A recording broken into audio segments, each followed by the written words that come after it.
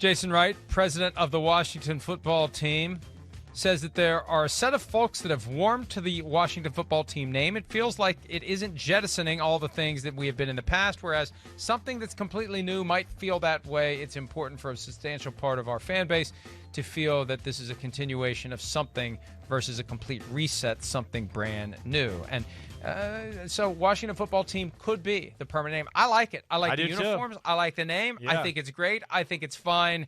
And I'm hoping that they do it. All right, I have a trivia question for you, Chris. To determine the first pick in today's draft, the best team rebrands in NFL history, question is this. 8 teams wore new uniforms last season. How many of those teams made it to the playoffs? All right, here, right off the bat, okay, NFC, you got the Rams, the Bucks, and the Washington football team. There's those 3 for sure. AFC, I believe it's only Cleveland, so I'm going to say 4. Oh. The Colts did have that little rebrand. Colts. You know, I looked at them, and I thought I wasn't sure. Okay, all right. Yeah, what did they do? They just made it a little cleaner, like – right.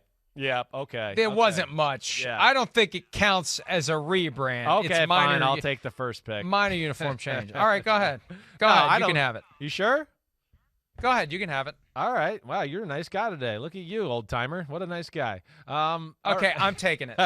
Okay, go ahead, old-timer. All right. Tampa Bay Buccaneers, 1997, final answer. Yeah. After 20 years of the creamsicles in which they did crap, they switched to those uniforms. They come out of the gates. They were like 4-0 or 5-0 that year. It was Tony Dungy's second season as head coach of the team. And it just I cannot recall another time where the image, the reputation, the vibe of a franchise pivoted more dramatically in one fell swoop, even though there's a lot of nostalgia for the creamsicles and Bucko Bruce, but those were so associated with years of garbage football, that making that pivot. Oh, look at the guy on the right. Man, I look good. Woo, man. Little pregame warm-up action. Now they screwed it up a few years ago when they made the logo larger. They kind of unscrewed it up with the uniforms this past year because they did change their uniforms somewhat. I don't like the giant flag on the side, but I really do love the old school 97 Buccaneers uniform. Best rebrand in NFL history. Yeah, it's a good one. I mean, when you talk about going, from crap to something substantial, it was pretty big. I mean, it really was. It changed kind of the whole aura of the organization. I'm going to go with, something similar to that, a little different way, all right? But I'm going to go with the Broncos rebrand. To me, that's one of the most special ones ever. I mean, they had lost 4 Super Bowls in the Orange Crush uniform. They could never get over the hump, right? 3 with Elway. They lost the 1 with Craig Morton at quarterback in the 70s against Staubach and the Dallas Cowboys. It just was one of those things where it's like, hey, it's a cool uniform, but it's associated with losing Super Bowls. And they changed their uniforms and win the Super Bowl the next year. I mean, they changed it. That year, they were the number 1 seed and lost to the Jaguars, right, in that divisional playoff game in 96.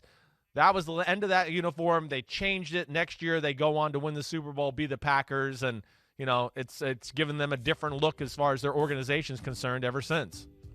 And, the sad part is I've always hated the new uniform. The new one? Yeah. I don't like the stylized horse head. I don't like the numbers. I don't like the configuration. I love the old uniform. And the best look for the Broncos is when they peel off the ugly horse and put the old D on the dark blue helmet. That is because cool. of the I like you can't that. do the old school helmet because of the we one can't helmet wear rule. 2 helmets. I love that though. I wish they would make that their regular look. Redo a uniform, dark blue helmet with the old D logo. That was one that didn't need to be changed, but it proved its value. Yeah. Back-to-back Super Bowls. That's and right. so that uniform is here to stay, or at least until they decide they can make a lot of money by changing to a different one. The Giants in 2000, they went to the Super Bowl that year by getting rid of what had become kind of the stale Giants thing that they felt compelled to shift to when they moved out of New York and to New Jersey.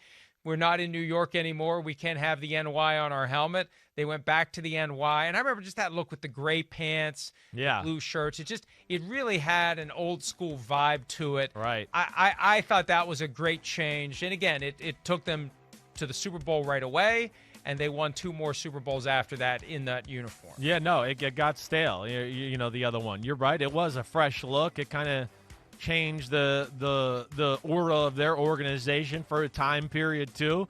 And you know, they made that change, and then they went to the Super Bowl and lost to the Ravens in that new uniform too. So there's something, you know, to that. Now I'm actually at the point now where I'm going, I'd like them to go back to the other one. I don't know what it is, the old school rebrand, whatever. It's worn out to me. I like that old Giants helmet, and of course I'm a little biased because I grew up, that's all I saw, and my father was wearing it and all that. I wish they could do that nonetheless, because I do think there's a lot of New Yorkers up here that love that old Giants helmet. They still do that once a year, the white on white with the old Giants helmet. But they need it, like you said, the original color. It's the color of the helmet now, and not that. Look, if you could show that picture again, Kristen, of Michael Strahan on the left, where it's a real dark blue with the white Giants. You know, it doesn't look the same. You got to have that dark blue. The G-Man. I wish they'd go back. All right, my next one, the Seattle Seahawks. The Seattle Seahawks went from that silver blue uniform to, you know, I don't know what the hell the color is now. It's a darker blue, and it's a cool, more modern uniform altogether. But that's one that I love. I mean, that was a total rebrand, too, as far as – and they've even tweaked it along the way. But ever since they changed it, it just seemed like playoffs and everything became – you know, they became a more relevant team. The Mike Holmgren era started, and that kind of kicked it off to Pete Carroll, and now they're always relevant.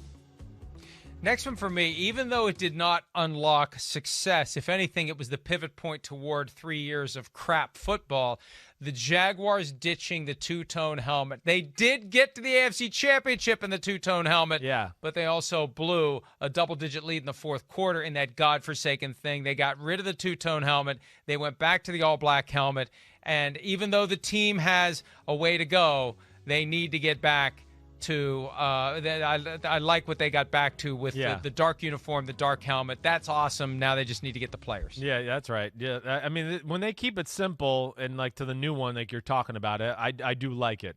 I'm stuck here. I do want to kind of go like Browns to Ravens. That rebrand was kind of successful, like the Browns moving to Cleveland, but it's not like a real rebrand. I think I got to go with the Patriots and what Bill Parcells did. You know, he changed it from that, you know, Johnny Patriot who was snapping the football to Johnny Elvis on the side of the head.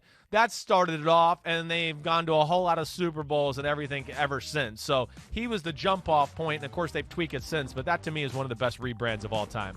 But when they went from Pat Patriot to the flying Jay Leno logo on the side, right, the problem was the uniforms that went along with it were hideous. Not the best. They're better now. Hideous. Yeah. They're much better now. Yes. But anyway. I dominated Also, I won. This isn't – no, you didn't.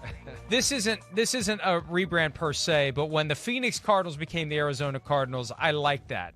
Just because Phoenix is one type of bird, Cardinal is another type of bird, it didn't work. Arizona Cardinals works. Hi, I'm Mike Tirico, and thanks for watching. Make sure to hit subscribe for the latest news and highlights from NBC Sports.